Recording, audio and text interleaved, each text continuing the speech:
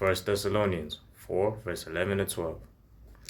Make it your goal to live a quiet life, minding your own business and working with your hands just as we instructed you before.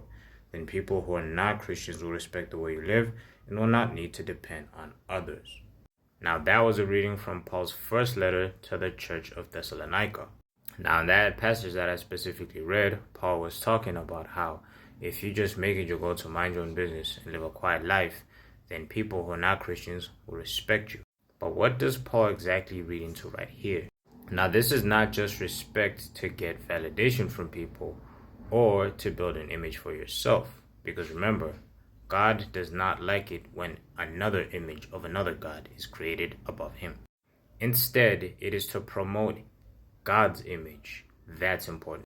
Because if you look back at the life of Jesus, it wasn't full of craze or him trying to let everyone know that he was the Messiah. At times, he even kept it very secret if he made a miracle.